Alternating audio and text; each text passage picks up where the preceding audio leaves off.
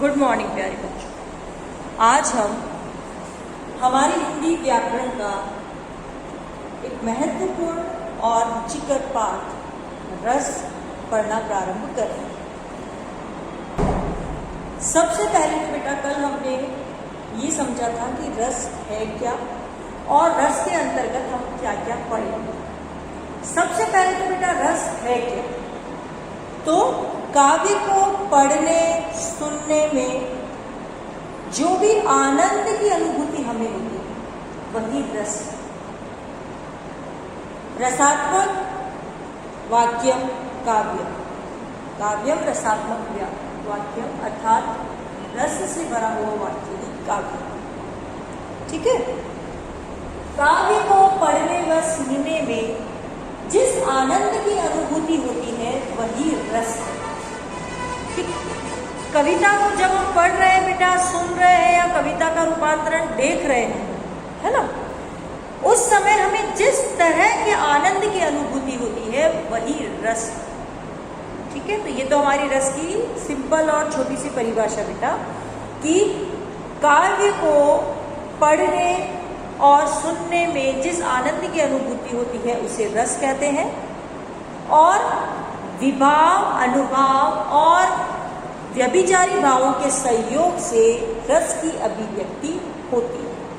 अब पढ़ गए ना मुश्किल में, ये मैडम ने क्या बोला, विभाव, अनुभाव और संचारी भाव, है ना। तो ये बेटा हमारे रस के अंग होते हैं। ओके, कि रस के अवयव। मैंने तो आपको कह दिया कि काव्य को सुनने में और पढ़ने में जो आनंद आता है वो रस है, लेकिन वो रस आएगा कैसे, वो रस किन चीजों के सहयोग से बनेगा, वही सारी चीजें बेटा रस है। कि हमें अनुभूति कौन कराएगा, हमें अनुभूति कैसे होगी, किसके माध्यम से होगी, और यदि हमें रस की अनुभूति होगी, हम रस को फील करेंगे, तो हमें कैसे पता चलेगा। वो सारी चीजें बेटा रस के अंग कहना, रस के अवयव, रस के अंग। आप इसे रस के अवयव,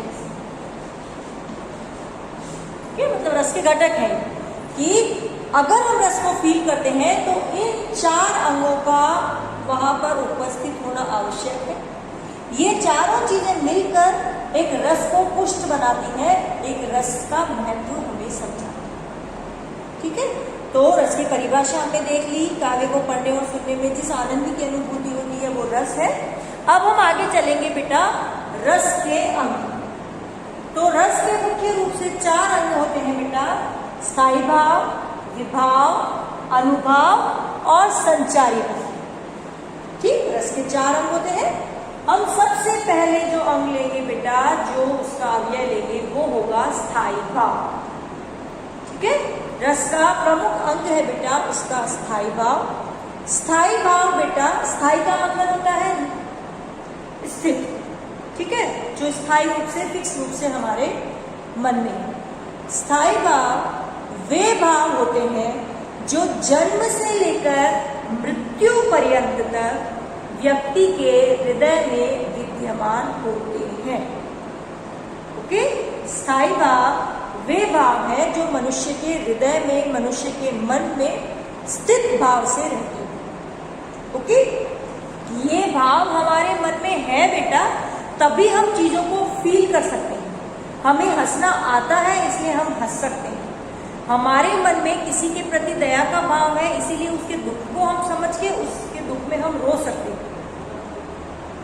हमारे मन में चीजों को अच्छा और बुरा समझने की एक क्वालिटी है, जिसकी वजह से हम चीजों के प्रति घृणा व्यक्त कर सकते हैं, प्रेम व्यक्त कर सकते हैं। हमारे मन में किसी को अच्छा लगने वाली वो फीलिंग है। हमारे मन में प्रेम नाम की एक चीज है, जिसके कारण हम लोगों के प्रति प्रेम अनुभव कर सकते हैं। तो ये सारे जो भाव हैं बेटा वो स्थायी भाव, कि वे भाव जो जन्म से लेकर मृत्यु पर्यंत तक व्यक्ति के हृदय में विद्यमान रहते हैं, उन्हें स्थायी भाव कहते हैं। और स्थायी भाव के कारण ही मनुष्य को रस की अनुभूति होती है। ये स्थायी भाव बेटा संख्या में 9 होते हैं, क्योंकि रस हमारे मुख्य रूप से 9 माने गए हैं, इसीलिए स्थायी भाव भी कितने हैं, 9। हर रस की उत्पत्ति के पीछे एक स्थायी भाव निश्चित होता है। अब ये स्थायी भाव हमारे कौन कौन से हैं बेटा, ये हम देखेंगे। स्थायी भाव में बेटा सबसे पहले है हमारा रति, ये श्रृंगार रस का स्थायी भाव है, ठीक है ना। हर रस का एक स्थायी भाव है, तो रति, रति मतलब प्रेम, ये श्रृंगार रस का स्थायी भाव। दूसरा है बेटा शोक, शोक जो है ये करुण रस का स्थायी भाव, ठीक है। तीसरा है हमारा हास्य रस का स्थायी भाव है। अगला है हमारा उत्साह, उत्साह है बेटा हमारा वीर रस का, जब वीर लोग होते हैं उनके मन में उत्साह होता है इसी वजह से, ठीक है।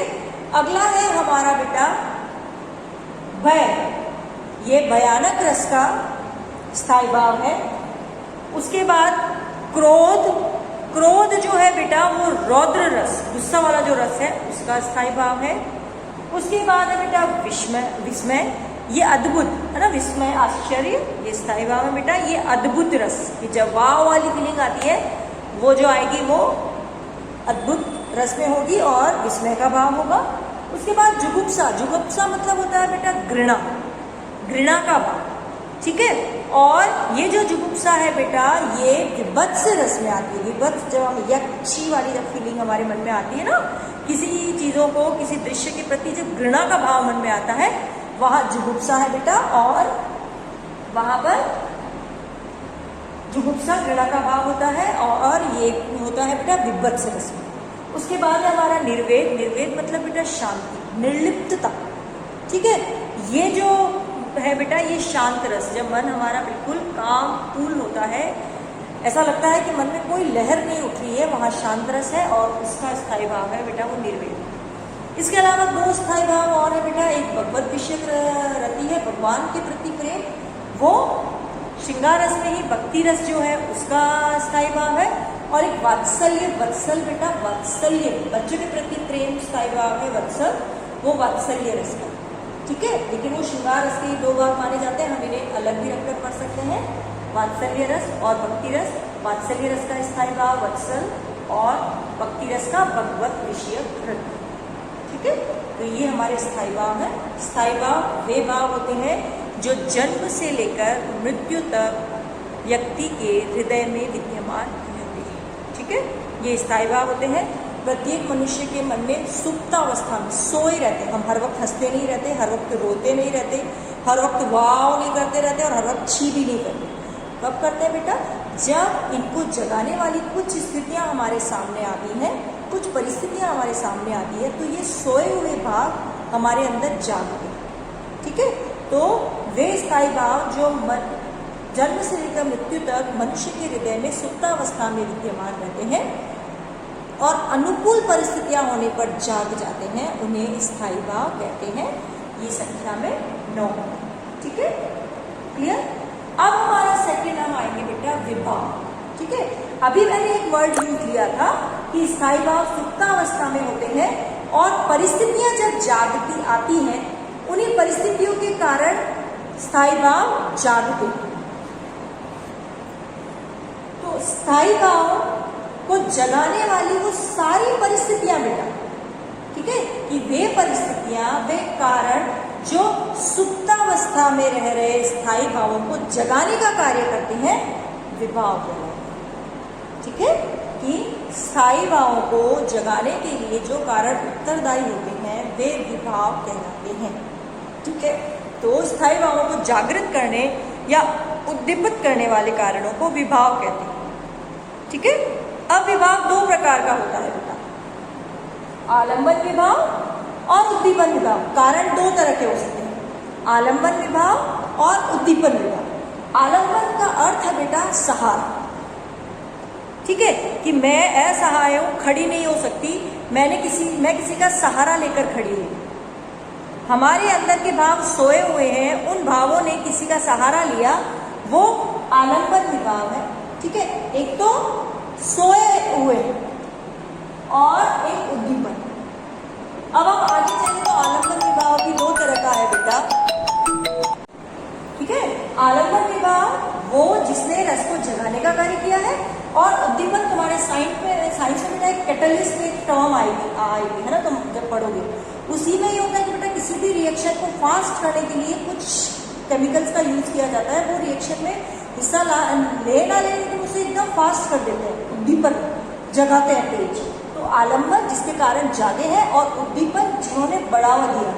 ठीक है, अभी हम उदाहरण से समझेंगे। पहले है बेटा आलंबन। आलंबन दो प्रकार का होता है, आश्रय और विषय। ठीक है, एक उदाहरण है बेटा तुम्हारे इसमें श्रृंगार रस में हम पढ़ेंगे कि जब सीता स्वयंवर के लिए राम जाते हैं और स्वयंवर से एक दिन पहले जब बगीचे में सीता और राम की मुलाकात होती है तो सीता राम को देखकर शर्मा जाती है और अपनी गर्दन नीचे झुका लेती है और अपने पल्लू को अपने हाथों से वो करने लगती है। इसी क्रिया में उसके कंगन बजते हैं, उसकी पायल बजती है। ठीक है, तो अब इस एक कंसेप्ट को, इस एक उदाहरण को ध्यान में रखें। ठीक है, तो राम और सीता ने, जब राम ने सीता को देखा तो उनके मन में कौन सा भाव जागा? रति का, प्रेम का। तो वो तो हुआ हमारा स्थायी भाव। ठीक, उसके बाद आते हैं हम विवाह। ओके, सबसे पहले आलंबन विवाह। आलंबन विवाह कौन कौन है बेटा? राम और सीता। अब इसमें मैंने तुम्हें दो बताए, आश्रय और विषय।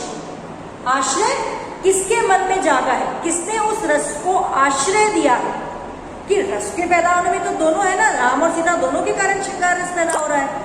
तो अब उसमें किसके कारण जागा है, किसके मन में जागा है, वो आश्रय विभाव है, वो है राम। राम के मन में जागा। और विषय कारण क्या है, किसके कारण जागा है, तो विषय क्या होंगे बेटा? सीता। ओके, अनुभाव विभाव समझ में आया कि राम के मन में प्रेम किसने जगाया? वो विभाव है। वो विभाव कौन है? सीता और राम दोनों है, दोनों के मन सहयोग से वो हुआ ना, रस की अनुभूति हुई। अब आलंबन में आश्रय और विषय राम के मन में जागा और सीता के कारण जागा, कि आलंबन सहारा दोनों ने दिया। तो आश्रय जिसके कारण जागा, सीता के कारण, विषय जिसके कारण, आश्रय राम के मन में और विषय सीता के कारण। उसके बाद है उद्दीपन। अब राम के मन में उस प्रेम को, उस भाव को बढ़ाया किसने? तो समझना, सीता के आंखें झुकाने ने, सीता के सुंदर वस्त्रों ने, सीता के गहनों ने, सीता के नजरें तिरछी करके राम को देखने में, सीता के मुस्कुराने से, सीता के अपने साड़ी के पल्लू से खेलने में, सीता के कंगनों की झनकार, सीता की पायल की झनकार। ये सारी क्या है बेटा? उद्दीपन विभाव। आलंबन तो जिसके कारण जागे थे तो राम और सीता, लेकिन उद्दीपन जिसने उसको बढ़ाया, ओके, वो उद्दीपन विभाव। ठीक है, यहां तक समझ में आया कि आलंबन भाव को जगाते हैं, आश्रय तथा विषय दो प्रकार का होता है, और उद्दीपन जागे हुए भावों को बढ़ाने का। वो हवन कुंड में वो स्वाहा स्वाहा करते हैं और अग्नि बढ़ती है ना, तो रस जागने के बाद एक तो रस को खड़ा किया, वो तो आलंबन हो गया, लेकिन उस खड़े हुए रस को और तीव्र अनुभूति करवाई, वो उद्दीपन विभाव। और उद्दीपन विभाव जो परिस्थितियां होती है, कविता पढ़ते हैं, जो शब्द होते हैं, जो दृश्यों का वर्णन होता है, वो उद्दीपन विभाव होते हैं। ठीक है, कि जब कलिंग के युद्ध का वर्णन है और शव गिरे हुए हैं, अशोक वहां से गुजर रहा है ना, तो वहां पर वो कटे हुए शव देखता है, वहां विभत्स रस आता है बेटा, है ना। तो वहां पर कटे हुए शव हैं, सिर अलग पड़े हैं, कौवा आँख निकाल के खा रहा है, श्वान उसको चाट रहे हैं, ये सारी जब बातें आएंगी ना बेटा, तो ये उद्दीपन विभाव कि युद्ध के क्षेत्र। आलंबन क्या होगा कि सम्राट अशोक के मन में वो जागा जुगुप्सा का भाव, ठीक है, वो आलंबन है। तो उद्दीपन क्या हुआ कि वो सारा जो दृश्य है बेटा, कि बहता हुआ खून, कटे हुए शव, अलग पड़े हुए हाथ पैर, ये जो सारी चीजें हैं, ये उद्दीपन है। ठीक है, तो ये जब हम पंक्तियां जब पढ़ते हैं तो हमें फील करना होता है, पूछा जाता है बेटा कि आश्रय विभाव कौन सा है, उद्दीपन विभाव कौन सा है, स्थायी भाव कौन सा है, विभाव कौन सा है, तो ये आपको बताना पड़ता है। तो ये सब हमको पंक्तियों से पता चलता है। ठीक है, तो स्थायी भाव समझ में आया कि वे भाव जो जन्म से लेकर मृत्यु तक व्यक्ति के हृदय में है। विभाव, स्थायी भावों को जगाने का कार्य जो कारण करते हैं वो विभाव कहलाते हैं। विभाव दो तरह के होते हैं बेटा, आलंबन और उद्दीपन। आलंबन वे विभाव होते हैं जो सिर्फ जगाने का कार्य करते हैं, और उद्दीपन विभाव वे विभाव जो जागे हुए भावों को तीव्र करने का कार्य करते हैं। ठीक है, उसके बाद आता है बेटा अनुभाव। अनु मतलब पीछे, भाव मतलब भाव। ठीक है, तो स्थायी भाव के पीछे पीछे जो भाव चले आते हैं वे अनुभाव। ठीक है। अनुभाव आश्रय की चेष्टाओं और रस की उत्पत्ति को पुष्ट करने वाले वे भाव जो विवाह के बाद उत्पन्न होते हैं। ये स्थायी भाव के पुष्ट होने के बाद और विवाह के बाद जो आते हैं मन में वो अनुभाव होते हैं, अनुभाव कहलाते हैं। ये 4 प्रकार के होते हैं बेटा। सबसे इजी शब्दों में ये समझो कि रस की फीलिंग होने के बाद पाठक के मन में या विभाव, आलंबन और उद्दीपक के मध्य में जो परिवर्तन होते हैं वो सारे अनुभाव हैं। मैंने सांप को देखा, भय रस, भयानक रस, भय लगा, मुझे डर लगा, ठीक है। अब उसमें आलंबन कौन है? आश्रय मैं और विषय सांप। उद्दीपक कौन है? सांप का फुफकारना, सांप का तेजी से चलना, ठीक। यहाँ तक तो समझ में आया। स्थायी भाव भय था, विभाव सांप और मैं और सांप का फुफकारना, सांप का तेजी से चलना, ठीक। उसके बाद अनुभाव कि जब मैंने उस सांप को देखा बेटा, तो उस सांप को देखने के बाद मेरे जो अनुभव हैं, मेरे मन के भावों में, मेरे मन में, मेरे फिजीक में क्या परिवर्तन आए हैं, वो अनुभव है। कि देखो सांप को देखने के बाद मैं कांपूंगी, मैं चिल्लाऊंगी, लेकिन मेरी आवाज़ गले में अटक जाएगी, मैं भागने की चेष्टा करूंगी, मैं मूर्छित हो जाऊंगी, मैं जोर जोर से चिल्लाऊंगी, यही सब कुछ करूंगी ना। ये सारे अनुभव हैं, ठीक है। कि स्थायी भाव के जागने के बाद, पुष्ट होने के बाद जो विभाव के बाद उत्पन्न होते हैं वे अनुभव हैं, ठीक है। ये 4 प्रकार के होते हैं, कायिक, मानसिक, आहार्य और सात्विक, ठीक है। कायिक, सात्विक, मानसिक, कायिक और आहार्य, ठीक है। सबसे पहले होता है बेटा सात्विक। वे सारी क्रियाएं जिस पर हमारा कंट्रोल नहीं होता है। पसीना आना, सांप को देखते ही मेरे पसीने छूट गए, मैं चाहकर उस पसीने को नहीं रोक सकती ना। मेरे दिल की धड़कनें तेज हो गई, दपक दपक दपक हो रहा है, दिल धड़क रहा है जोर जोर से, ये सात्विक अनुभव है। दूसरा होता है कायिक, फिजिकल चेंजेस, मेरे पैर कांप रहे हैं, ठीक है, मैं जोर से चिल्लाने की कोशिश कर रही हूँ, ठीक है। उसके बाद है मानसिक, सात्विक, कायिक, मानसिक और आहार्य। एक होता है बेटा मानसिक, मेंटल जो चेंजेस हैं, टेंशन में हो जाना, मैं चिल्लाने की कोशिश करूंगी, मेरी आवाज़ नहीं निकलेगी, ठीक है, ये है कि जिस पर हमारा कंट्रोल नहीं। और उसके बाद होता है आहार्य। आहार्य मतलब बनावटी, कि मैं सांप को देखकर, भले सांप छोटा ही है, मुझे डर लगा एक बार, लेकिन उसके बाद मैं जान करके ताली बजाऊंगी, जोर जोर से चिल्लाऊंगी, लोगों को इकट्ठा करूंगी। बनावटी जो जिस पर हमारा कंट्रोल है, और हम बनावटी जो चीज़ें कर रहे हैं, जैसे हम सर्कस देखने गए, जोकर को देखकर हमको हंसी आई, तो जोकर हमारे मन में हास्य का भाव जागा, वो स्थायी भाव है। अब उसमें आश्रय और ये अनुभाव, विभाव क्या होंगे? आलंबन विभाव, आश्रय और विषय हमारे मन में जागा, हम आश्रय है, जोकर उसका विषय है। उद्दीपक, जोकर का हंसना, जोकर की वेशभूषा, जोकर की गुलामरानी खाना, जोकर का जोर जोर से ठाके लगाना, ये उद्दीपक विभाव है, ठीक है बेटा। और उसके बाद अनुभव, तो जोकर को देखकर हमें हंसी आना और हमारे मन में गुदगुदी होना, ठीक है, हम जो वाह और चिल्लाते हैं, वो सारे सात्विक कायिक हो रही है। और आहार्य क्या होगा बेटा? कि हमें बहुत ज़्यादा हंसी नहीं आ रही, लेकिन हम हंसते हंसते कुर्सी से गिर रहे हैं, ये बनावटी है ना। हमारा कंट्रोल है उस पर, लेकिन हम उसमें बताते हैं कि कंट्रोल नहीं है और मैं ऐसा कर रहा हूँ, वो बनावटी, ये आहार्य बेटा।